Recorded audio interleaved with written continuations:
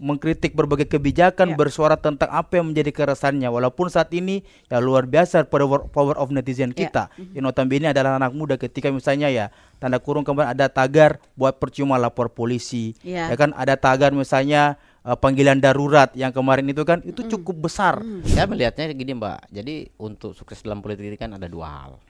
Dia cara yang instan ya gampang aja, nyiapin uang atau punya privilege, bapaknya pengusaha, dari keluarga pejabat, bapaknya presiden. Nggak nyebut seseorang ya, tapi sambil bapak presiden. Kan bisa di luar negeri juga gitu presiden, kan. Presiden Konoha atau Wakanda kan biasa aja. Berpolitik bagi anak muda itu adalah hal yang sifatnya wajib. Bukan hanya sunnah, wajib. Karena menentukan masa depan bangsa ya kan.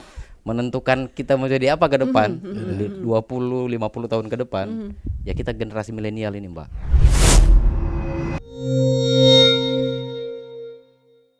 Alhamdulillah ya, akhirnya kita udah masuk ke tahun 2025. Jadi 2024 sudah berlalu dengan segala peristiwa di dalamnya. Kita akan song-song tahun ini semoga lebih baik dari 2024. Tapi di 2024 itu ada banyak peristiwa-peristiwa yang bersejarah khususnya buat demokrasi negara kita. Ada 2 pesta demokrasi kan ya yang kemarin kita sempat ikutin. Yang pertama pemilu nasional ya di mana kita juga milih presiden, wakil presiden. Lalu juga di daerah-daerah nih kemarin serentak kita semua sudah memilih kepala daerah. Kamu juga pasti udah milih dong ya kepala daerah kamu sendiri. Nah, kalau 2024 kemarin itu di pesta demokrasi kita itu yang menarik ternyata anak muda pegang peranan yang cukup besar karena angkanya mereka cukup tinggi sebagai pemilih gitu. Dan banyak dari mereka yang menggunakan hak pilih untuk pertama kalinya. Kita akan ngobrol-ngobrol soal pemuda politik gitu ya. Bagaimana kemudian model politik yang bisa dilakukan para pemuda ini ya, termasuk mungkin kamu di dalamnya. Saya sudah kedatangan 2 orang tamu. Selamat siang. Bang Amul ya. Ini saya mau manggil ini harus hati-hati. Kenapa? Saya nggak boleh potong di tengah-tengah nama tamunya ya. Namanya adalah Bang Satria ya. Assalamualaikum. Waalaikumsalam warahmatullahi wabarakatuh. Tahu kan kenapa saya nggak boleh potong di tengah ya? Kalau Bang Amul saya masih enak. Bang Am apa kabar? Enak. Tapi kalau Bang Satria nggak boleh dipotong di tengah, itu bisa kacau. Tapi kemarin 2024 pasti ikutan milih dong. Iya, pasti dong. Iya kan? Kalau Bang Satria milih di mana? Kalau yang pas pilkada milih nggak? Saya dipilih, Mbak. Saya dipilih luar biasa. Di mana? Dapil saya itu di Dapil Bola Mongondo, di Dapil 4 Bola Mongondo untuk DPRD Kabupaten. Oh wow, tapi yang jelas kemarin sudah puas gak dengan pelaksanaan pesta demokrasi? Ya puas lah, menikmati prosesnya. Puas. Menikmati prosesnya. Nah ini nih kalau kemarin kan kita lihat banyak anak-anak muda yang baru pertama kali kan menggunakan hak pilih mereka. Benar-benar. Itu udah dibilang mereka ini gak sih berpolitik belum sih? Kalau cuman sebagai pemilih nih ya, kalau tadi kan Bang Satria kan, saya dipilih, itu udah pasti berpolitik dong gitu. Tapi kalau kemudian kita cuma ikutan milih nih, datang ke TPS lalu menggunakan hak suaranya, itu udah termasuk berpolitik belum sih Bang Amul? Ya, secara umum kita melihat bahwa hari ini anak muda memang sudah ada perkembangan secara signifikan, Mbak Tata ya. Bahwa anak muda ini karena mungkin pengaruh digitalisasi juga, sehingga teman-teman muda ini kita mengajak mereka untuk senantiasa selalu melek politik. Nah makanya kami ada forum tersendiri ya, untuk komunitas tersendiri lah secara nasional yang kemudian mengedukasi mereka, mengajak mereka untuk betul-betul aktif dalam melihat dinamika politik itu sendiri. Nah terkait dengan partisipasi kan itu banyak tingkatannya. Paling rendah kan itu mungkin ya sekedar ke TPS, itu sudah termasuk partisipasi. Gabung jadi tim relawan, termasuk ya jadi tim sosmednya, jadi tim desain grafiknya, jadi pengamatnya, kritikusnya, termasuk komen di sosial media, ya kan, tandai mention siapa kandidat di situ atau tandain penyelenggara, kritik, enter, itu kan udah termasuk partisipasi Mbak Tata.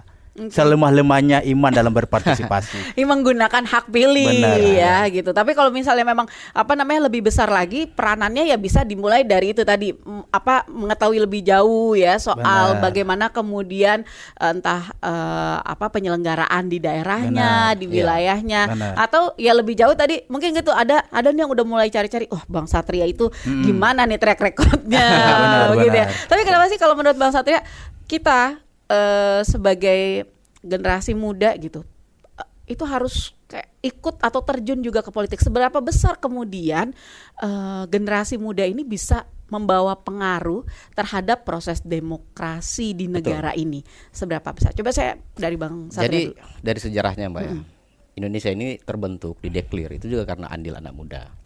Ya, awal kebangkitan nasional, kemudian kemerdekaan tahun 1945, reformasi 98, semua berangkat dari cara berpikirnya anak muda yang melahirkan ucapannya, yang kemudian diimplementasikan dalam bentuk tindakan. Semuanya berkonsekuensi pada keputusan dan fenomena politik. Nah, jadi saya berkali-kali selalu mengingatkan di daerah kepada teman-teman bahwa berpolitik bagi anak muda itu adalah hal yang sifatnya wajib. Bukan hanya sunnah, wajib, karena menentukan masa depan bangsa ya kan, menentukan kita mau jadi apa ke depan, 20-50 tahun ke depan, ya kita generasi milenial ini Mbak. Tapi udah ideal ya usianya kan kalau misalnya kemudian kita bisa ikut berpartisipasi dalam politik itu kan sudah punya KTP, berarti kan minimal 17 tahun dong gitu. Itu menurut Bang Amul juga sudah usia ideal, atau sebenarnya di rentang usia berapa sih sebenarnya idealnya nih anak muda itu ikut berpolitik? Ya, kalau kita bicara undang-undang kepemudaan, undang-undang kepemudaan itu kan nomor 40 tahun 2009 menyebut bahwa usia muda secara biologis itu disebut 16 sampai 30 tahun. Artinya tingkat kematangan berpikir, emosional, menentukan pilihan, ya, menentukan mana yang bagus dan tidak, cara rasional berpikirnya dianggap sudah matang. Tapi secara ini kami berpikir bahwa termasuk ada beberapa definisi terkait itu, pandangan terkait itu, termasuk dari WHO, PBB kan menentukan usia pemuda sampai 50 tahun. Di Indonesia juga beda-beda terminologi itu setiap makanya walaupun sudah ada undang-undang pemuda mengatur soal usia ideal anak muda, tapi bagi kami muda itu bukan hanya sekedar usia secara biologis, tapi bagaimana kemudian sifat mudanya itu energiknya, ya kan, yang beda dengan golongan usia lainnya. Energik, dia mampu berpikir rasional, tetap berpikir kritis, mampu untuk bagaimana menjadi problem solver, itu yang paling penting, apalagi dalam urusan dunia politik. Tapi kan kalau anak muda juga identik dengan mereka masih belum, maksudnya gini, masih belum matang, masih menggebu-gebu gitu ya. Emosi juga masih nggak stabil. Jadi kadang suka gampang nih tersulut emosinya, apalagi kalau kemudian di medsos rame instan. Terus udah gitu ada pula kalau misalnya zaman sekarang nih yang FOMO ya kan. Dia nggak ngerti nih sebenarnya, cuma ikut-ikut aja. Kayaknya yang lagi tren itu anak muda musuhin satu kubu, dia ikut, atau mungkin justru malah menjadi satu kubu yang lain begitu ya. Nah, dia ikut. Nah, yang kayak gitu-gitu maksudnya perlu jadi kayak bahan pertimbangan juga nggak sih, menentukan di rentang usia berapa sih sebenarnya anak-anak muda itu sudah siap begitu untuk ikut berpolitik? Ya, jadi kalau menurut saya Mbak, itu bagaimana mendidik mental anak muda salah satunya adalah media politik. Karena dengan politik kita berinteraksi dengan banyak orang. Kita belajar kepemimpinan, belajar tentang demokrasi, belajar bernegara itu lewat politik. Jadi politik kalau kemudian kita terjebakkan dalam bentuk negatif, sebetulnya negatif sekali Mbak, bahkan lebih jorok ya. Banyak negatifnya. Tapi kalau kemudian kita positive thinking, kita berpikir positif tentang politik, banyak hal-hal menarik, hal-hal yang mendewasakan mental milenial ini di dalam ranah politik itu sendiri. Jadi kalau saya mengkategorikan anak muda yang aktif dalam politik itu ada politik yang aktif dan pasif. Yang aktif itu yang nyaleg dan jadi pengurus partai dan tim sukses lah relawannya. Yang pasif ya datang memilih. Kalau Bang Satria sendiri mulai tertarik kemudian untuk berpolitik itu di usia berapa? Saya setelah di wisuda sarjana hukum langsung terjun ke dunia politik. Kalau Bang Amul? Kalau saya memang waktu masih jadi mahasiswa ya, kita kan aktif di BEM juga, di organ intran ekstra kampus. Ya. Karena politik itu tidak hanya sekedar berpartai politik, tapi di kampus adalah miniatur kita bernegara. Dan disitulah kita ada implementasi bagaimana dinamika politik, konsolidasi, menentukan memilih ketua, ya kan? Itu kan bagian dari dinamika politik. Ini menarik nih, pendidikan politik untuk anak muda. Ya kan gini, kalau misalnya tadi kan Bang Amul bilang, oh kita dari kampus nih, saya dari zaman mahasiswa. Kalau kita di kampus kayaknya pendidikan politik udah mulai banyak. Bentuk-bentuk kita belajar berpolitik juga sudah bisa kita praktekkan sedikit-sedikit gitu ya Bang Amul ya, begitu kan Bang Satria. Nah, tapi kalau kemudian kita mulai di umur 17 atau 18 tahun itu kan rata-rata masih pakai putih abu-abu tuh, ya kan masih ada di sekolah menengah ya kan, sekolah menengah atas. Nah, gimana pendidikan politik itu bisa sampai ke mereka kalau menurut Bang Amul, Bang Satria, kan sementara politik nggak boleh masuk nih ke pendidikan nggak boleh. Nah itu gimana caranya biar mereka tetap bisa tahu tapi kita nggak melanggar aturan-aturan itu? Di sekolah dasar juga kan sudah ada praktek-praktek politik praktis. Saya dulu di SMP SMA itu ketua OSIS. Di sana saya juga sudah dipilih ya kan, udah pilih dan terpilih. Dan di situ adalah embrio daripada mental dan kesiapan batinnya seorang anak di bawah umur untuk bisa berhadapan dengan politik. Ya kan kalau kita tafsirkan politik itu adalah hanya partai politik, parlemen dan sebagainya, itu kan penafsiran yang terlalu sempit. Tapi kalau kemudian kita tarik, kemudian kita lihat bahwa ternyata di Indonesia ini proses pendidikan demokrasi dan politik itu sudah dilakukan sejak usia SD, bahkan ada organisasi yang kemudian milih ketua kelas. Milih ketua kelas ya betul. Ketua kelompok. Iya. Ada saling lobby ya kan. Milih saya nih. Kalau saya terpilih nanti saya akan membebaskan kalian untuk rambut panjang misalnya. Iya. Jadi sebenarnya pendidikan politik itu udah ada. Udah. Menurut Bang Amul sendiri? Ya. Sebenarnya sekarang memang sudah harus bergeser paradigma kita, terutama di pendidikan menengah itu tadi ya, bahwa sekarang harus ada pendidikan politik inklusif.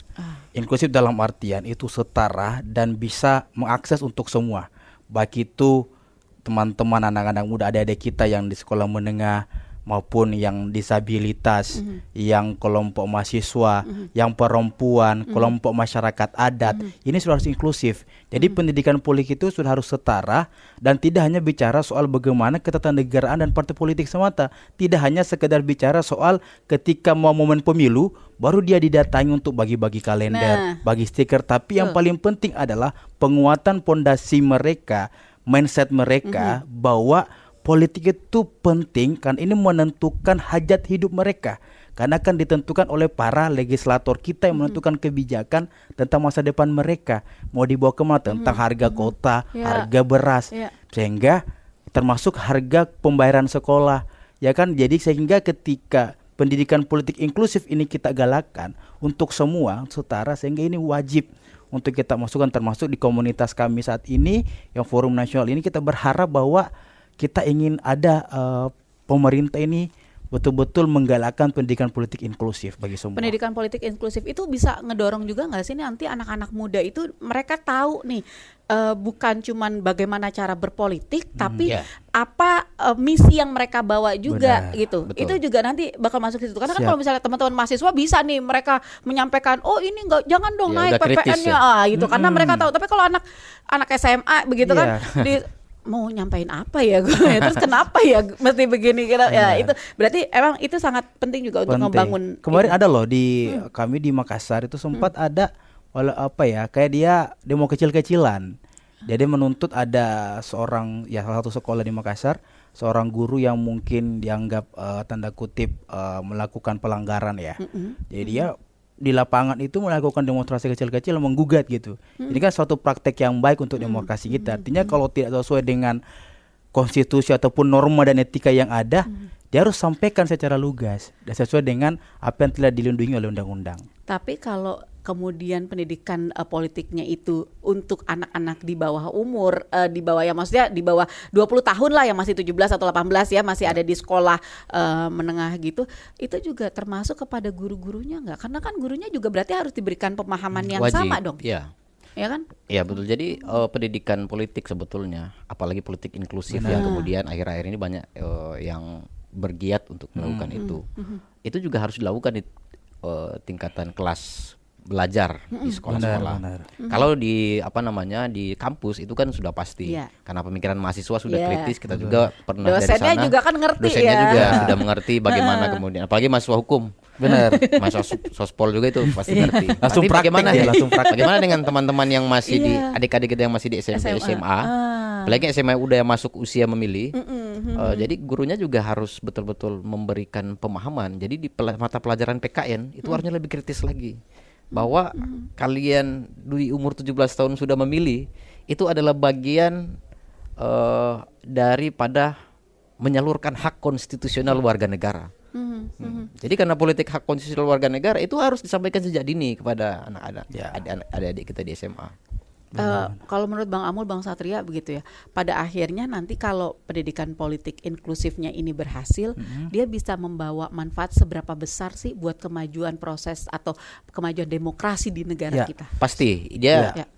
Politik adalah keniscayaan, Mbak. Dalam konstitusi kita, politik itu adalah hak konstitusional setiap warga negara, siapapun dia.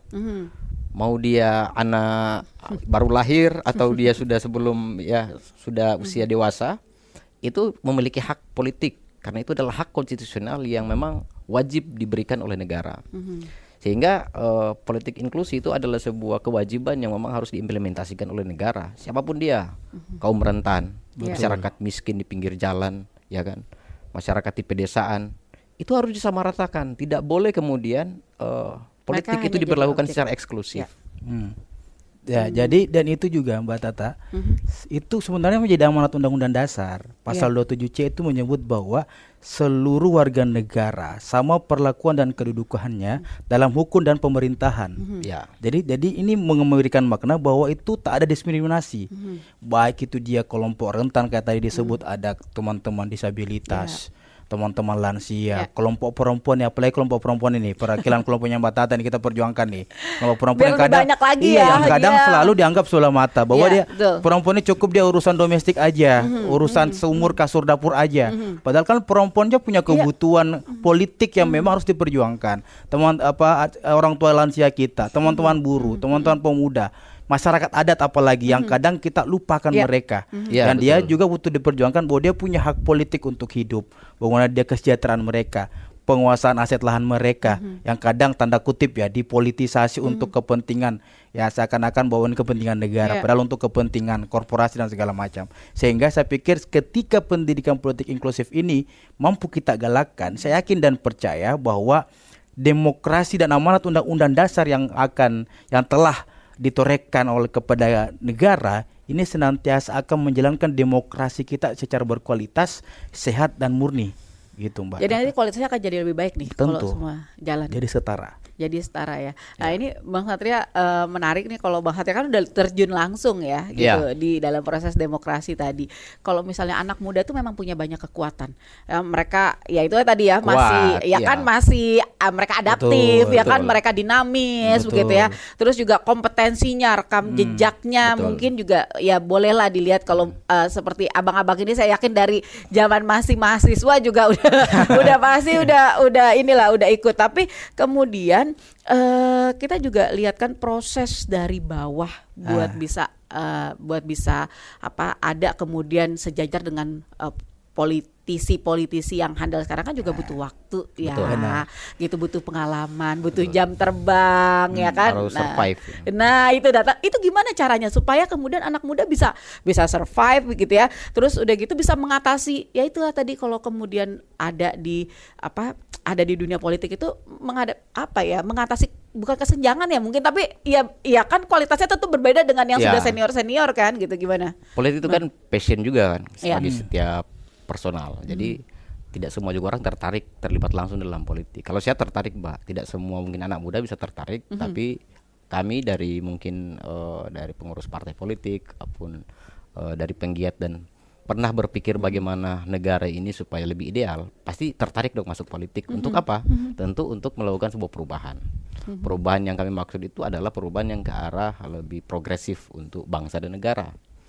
Nah, apalagi bicara soal misalnya bagaimana kemudian anak muda masuk ke partai politik. Nah, anak muda masuk ke partai politik itu menurut saya adalah hal yang baik karena ada yang disebut dengan internal party reform. Benar. Di partai politik itu tidak akan ada pemikiran baru, tidak ada idealisme baru, tidak ada pemikiran kritis kalau nggak ada anak mudanya. Ya. Bayangin aja kalau semua satu partai itu isinya kolonial semua misalnya, bahaya. Nah sekarang kenapa kemudian pendidikan politik di partai politik lebih digencarkan karena anak muda sudah semakin masif masuk ke dalam dan pendidikan di dalam itu bagus karena menyangkut dengan ideologi Pancasila, menyangkut dengan bagaimana sistem ketatanegaraan kita dan bagaimana membentuk karakter kepemimpinan. Karena partai politik harus menyiapkan anak muda supaya bisa dipimpin masa depan, Pak. Iya, tapi apa yang bisa kemudian dilakukan kaum muda sendiri begitu untuk mendorong sistem demokrasinya itu nanti bisa apa ya?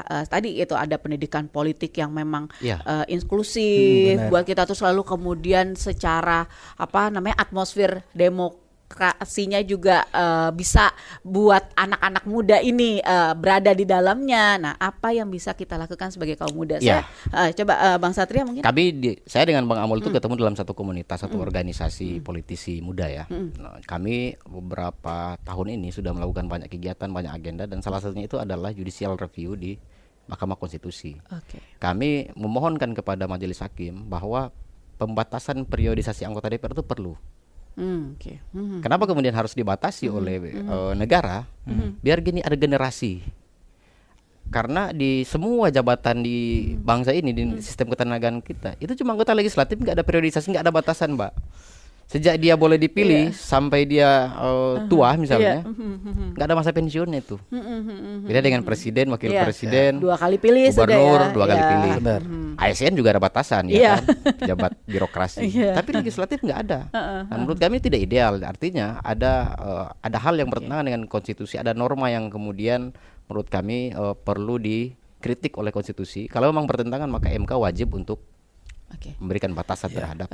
Berarti melakukan perubahan di regulasi gitu betul. Ya, di aturan. Itu yang pertama, Mbak. Yang kedua adalah kami berupaya melakukan advokasi bagaimana supaya anak muda ini diberikan yang namanya affirmative action. Jadi politik kan sudah sukses di Indonesia memberikan affirmative action bagi kaum perempuan. Anak muda juga harus dong, ya kan? Kenapa kemudian muda harus? Karena begitu strategisnya posisi anak muda dalam peran-peran politik nasional. Nah, menurut kami negara perlu mengeluarkan sebuah kebijakan supaya ada affirmative action. Contoh misalnya beda dengan perempuan kan, kalau affirmative action bagi perempuan kan harus ada kuota 30% di partai politik dan pencalonan legislatif. Nah, kalau anak muda kan mungkin kami minta yang berbeda. Misalnya ada beasiswa dari partai politik, kemudian ada pendidikan politik yang secara berkelanjutan.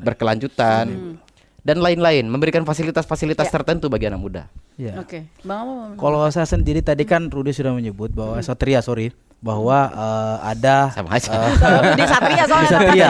Saya selalu ingatnya Rudi Satria bahwa teman-teman kami itu ada forum komunitas bersama yang nasional dan wilayah.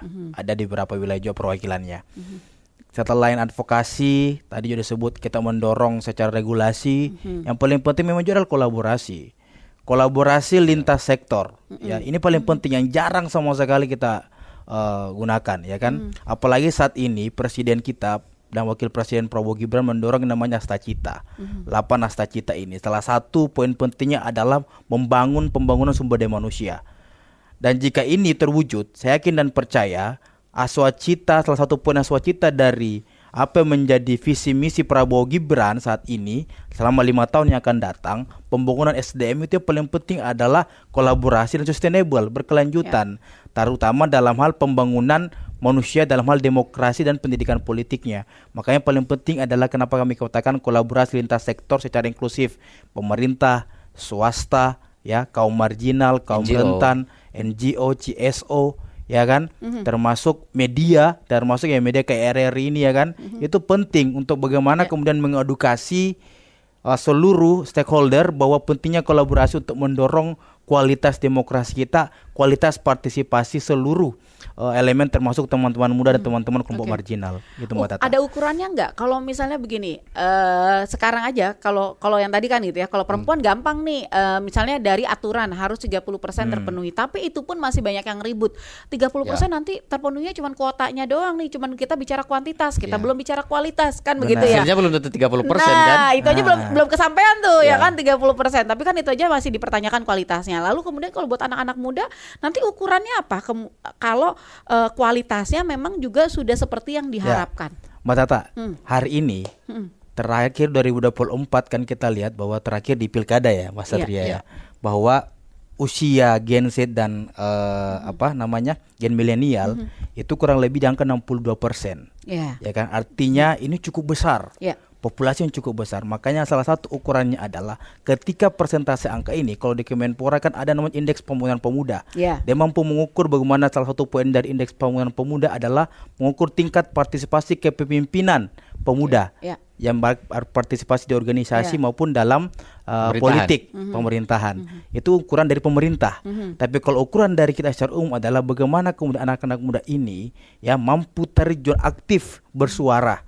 Dalam hal bersuara baik di sosial media. Jadi sosial media mereka tidak hanya bicara soal cinta, romantisme, on the way ke kafe, on the way ke mana, ke liburan, enggak, tapi bagaimana FYP itu kan, POV itu, tapi bagaimana kemudian ketika populasi 62% ini mampu memberikan suara, mengkritik, kemudian mengkritik berbagai kebijakan, bersuara tentang apa yang menjadi keresahannya. Walaupun saat ini ya luar biasa power of netizen kita. Yang notabene adalah anak muda, ketika misalnya ya tanda kurung kemarin ada tagar buat percuma lapor polisi. Ya kan, ada tagar misalnya panggilan darurat yang kemarin itu kan, itu cukup besar. Artinya apa, mereka sudah sadar bahwa ketika kemudian ada kesadaran secara self awarenessnya mereka, bahwa ada kesadaran bahwa penting untuk kita melakukan ini, saya yakin dan percaya bahwa demokrasi kita akan lebih kuat jika kita lakukan kolaborasi bersama.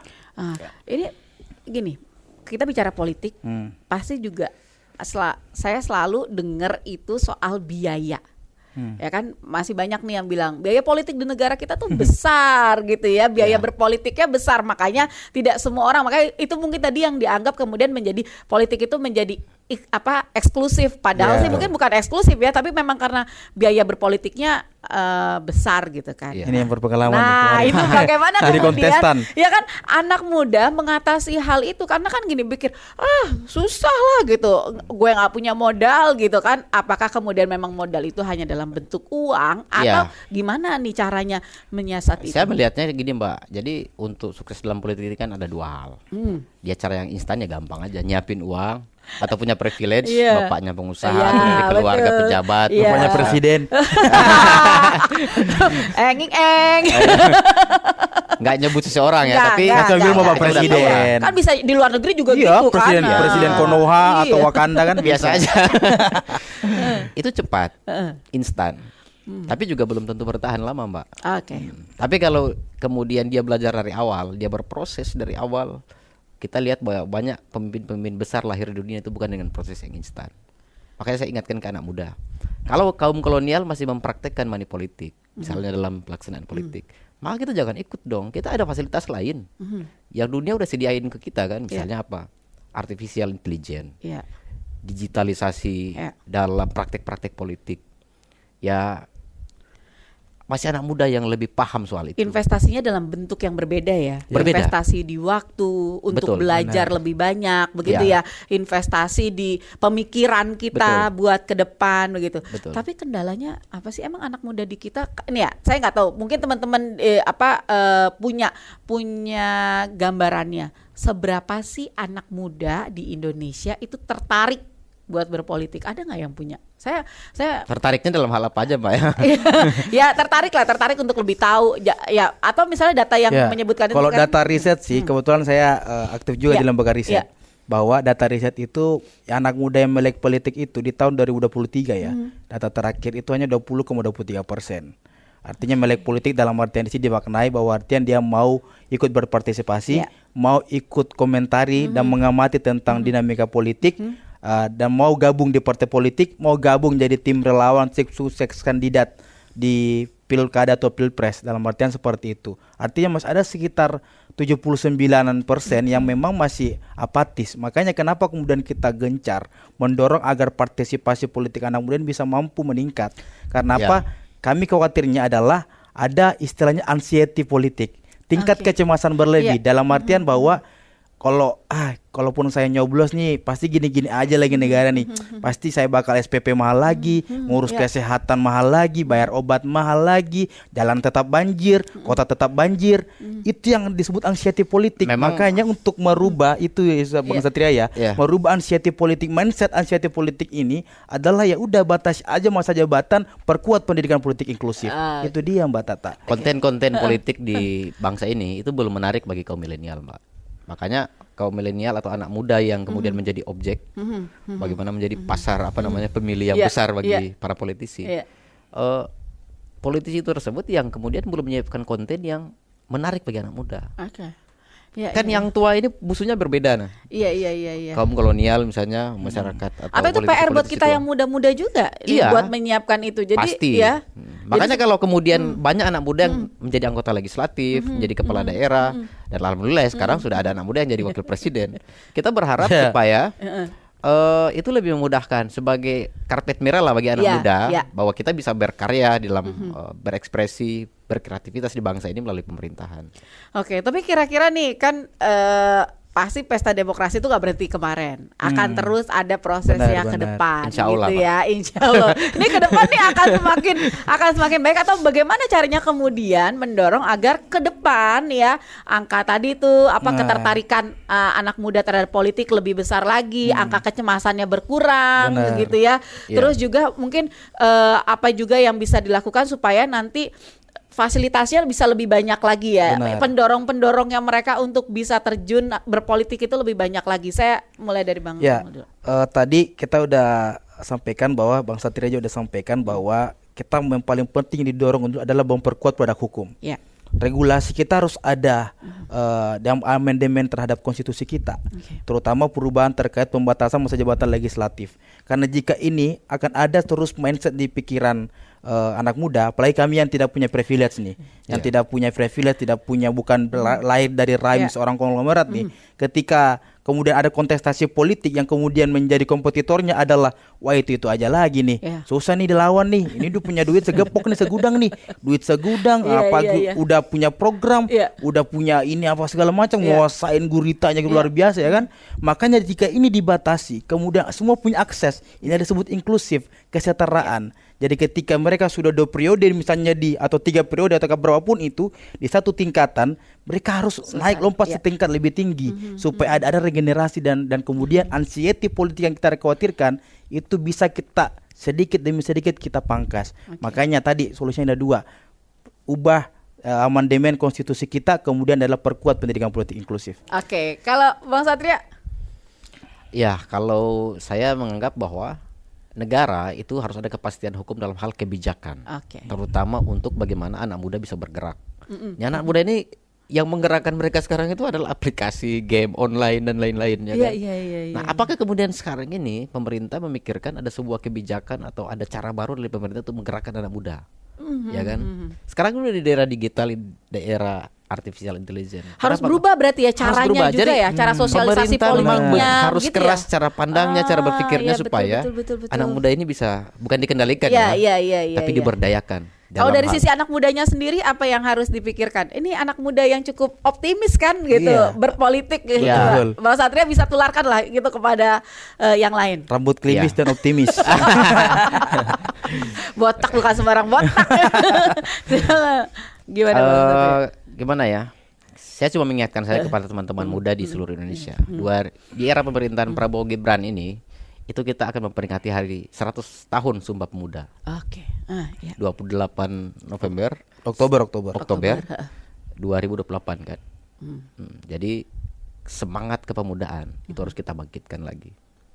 Itu aja. Jadi kita bukan kemudian selalu hanya mengharapkan dari pemerintah kebijakan-kebijakan apa yang datang dari ini kan. Tapi semangat kita aja yang perlu kita jaga, kita rawat, dan nalar kita harus tetap waras menghadapi situasi global yang kekinian. Situasi tidak menentu, Mbak. Ya, betul. Di era betul, sekarang betul. kita ini generasi yang pernah mengalami suatu momentum yang dimana salam aja nggak boleh nih. Ya. Begini Iya ya, kan? begini ya. Perubahan iklim, generasi Ya, milenial betul. menghadapi Betul, perubahan dari Orde Baru ke reformasi itu Kita dialami. merasakan juga. Iya, iya. Jadi Jadi ini kalau tadi bilangnya Kompleks. anxiety begitu ya. Anxiety itu kan salah satu obatnya, kecemasan berlebihan itu salah satu Ya. obatnya adalah menjaga pikiran-pikiran kita agar tetap tenang dan Benar. positif Ya. supaya nggak kambuh. Itu Jadi dia. itu juga ya supaya Dan mengubah dari pikiran positif menjadi perilaku. Perilaku positif. Jangan sampai cuma berhenti di pikiran, nggak berubah jadi perilaku. Nyatanya tertuang di kertas doang dong. tergantung jam ngopinya itu. Iya. Makanya ubah. nggak boleh banyak-banyak ngopi. Oh, iya. Ya, Keluarkan dari laptop, kemudian tulisan-tulisan isi kepala semua Dituangkan. di laptop, di gadget, jadikan jadi perilaku positif. Oke, abang-abang terima kasih Siap, sudah Mbak Tata. ngobrol-ngobrol nih. Terima Mudah-mudahan kasih banyak. bisa bikin semangat teman-teman Siap. muda untuk ikut berpolitik, dan ingat politik itu sebenarnya buat kebaikan bersama ya, punya kita. Jadi dari Tentu, kita untuk pastilah. kita, begitu ya. Ya, Sukses, tentu. Bang Amul, sukses Bang Terima kasih banyak, Satria. Mbak Tata. Thank Siap. you. Thank you. Terima kasih banyak RRI.